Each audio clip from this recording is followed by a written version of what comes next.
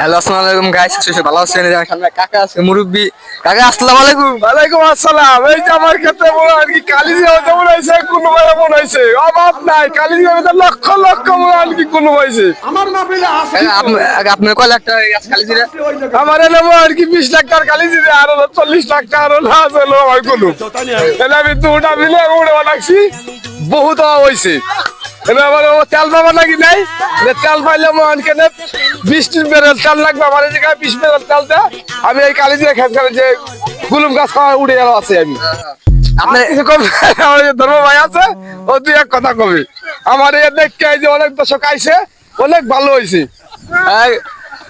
এই যে আসসালামু কাকা। ওয়ালাইকুম আসসালাম।